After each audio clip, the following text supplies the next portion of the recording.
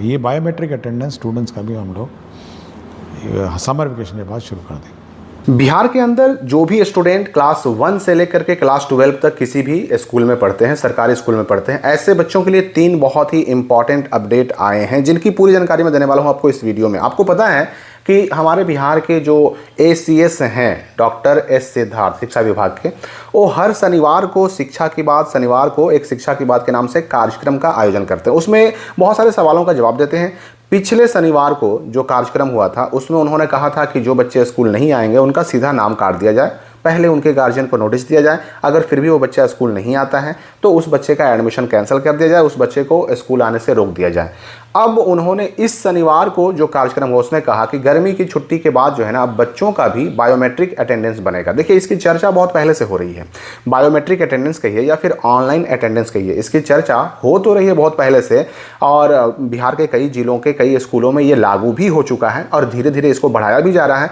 लेकिन इतना तो तय है कि बहुत जल्द ये बिहार के सभी स्कूलों के सभी क्लास के सभी बच्चों के लिए लागू होने जा रहा है। जहां तक अगर हम टीचर्स की बात करें तो टीचर के लिए तो ये बहुत पहले से ही लागू है, ऑनलाइन अटेंडेंस चल रहा है। अब इस ऑनलाइन अटेंडेंस में क्या होता है कि चेहरे को स्कैन करके हाजिरी बनाई जाती है, टीचर का चल रहा है। लेकिन बच्चों का भी गर्मी की छुट्टी के बाद ये शुरू करने की योजना है। और मैं आपको बता दूं कि गर्मी की छुट्टी जो है ना वो 22 तक या 21 तक है, और इसके बाद जो है ना जून में ये 22 से स्कूल आपका खुल जाएगा। तो उस दौरान ये बायोमेट्रिक अटेंडेंस लागू करने की बात कही जा रही है।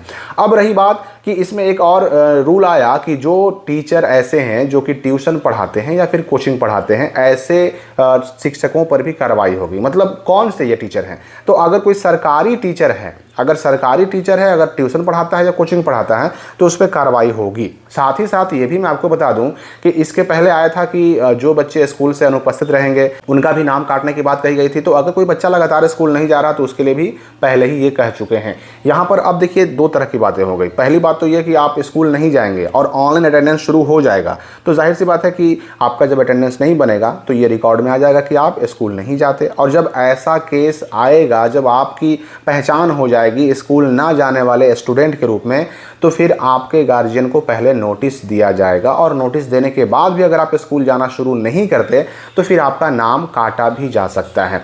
अब यहाँ पर देखिए एक चीज़ और समझ लीजिए, सरकारी शिक्षक ना तो स्कूल में पढ़ा सकते हैं ना तो कोचिंग में पढ़ा सकते हैं, ठीक है। और कोचिंग की अगर हम बात करें या ट्यूशन की अगर हम बात करें, उसमें अगर प्राइवेट टीचर भी पढ़ाते हैं तो भी आपका ट्यूशन या जो कोचिंग है वह स्कूल के टाइम में नहीं चल सकता है। दोनों केस में कार्रवाई होगी। पहला केस तो ये कि अगर कोई सरकारी टीचर है, किसी सरकारी स्कूल में पोस्टेड टीचर है, वो कोचिंग पढ़ाता है या ट्यूशन पढ़ाता है तो उस पर तो कार्रवाई होगी ही, उस शिक्षक पर तो कार्रवाई होगी ही। लेकिन अगर कोई ऐसा कोचिंग है, ठीक है, जो स्कूल के टाइम में चलता है, या कोई ऐसा ट्यूशन है जो स्कूल के टाइम में चलता है, तो उस पर भी कार्रवाई होगी। हालांकि अगर कोई बच्चा चाहता है कि हम ट्यूशन पढ़ें, हम कोचिंग पढ़ें, तो स्कूल के टाइमिंग के बाद वो बच्चा जो है प्राइवेट शिक्षक से, सरकारी से नहीं, प्राइवेट शिक्षक से ट्यूशन भी पढ़ सकता है और कोचिंग भी कर सकता है। लेकिन ये चीज़ ध्यान रखना है कि ये ट्यूशन और कोचिंग स्कूल के टाइमिंग के बाद होना चाहिए, उस टाइम में नहीं होना चाहिए। ऐसे केस में जो है ना कार्रवाई होने की बात कही गई है। और यही नहीं, यहाँ ये भी कहते हैं गर्मी की छुट्टी के बाद स्कूलों में छात्र छात्राओं की बायोमेट्रिक हाजिरी बनेगी। इसमें छात्र छात्राओं के चेहरे को स्कैन करके हाजिरी बनाई जाएगी। और मैं आपको बता दूं कि देखिए ये जो शिक्षा की बात कार्यक्रम है, इसमें डॉक्टर एस सिद्धार्थ ने क्या कहा है इन सारी चीज़ों के बारे में, वो आप खुद से भी इस वीडियो क्लिप में सुन सकते हैं। देखिए, पिछले एपिसोड में मैंने कहा था कि जो ट्यूशन है, स्कूल अवधि में कोई भी सरकारी स्कूल में नामांकित छात्र ट्यूशन में नहीं जाए, और सरकारी शिक्षक उस अवधि में ट्यूशन में क्लासेस नहीं ले सकते हैं। यह पूर्ण रूप से प्रतिबंधित, और यह भी प्रतिबंधित है कि कोई भी सरकारी शिक्षक ट्यूशन नहीं पढ़ा सकते हैं, ये बिल्कुल प्रतिबंधित है।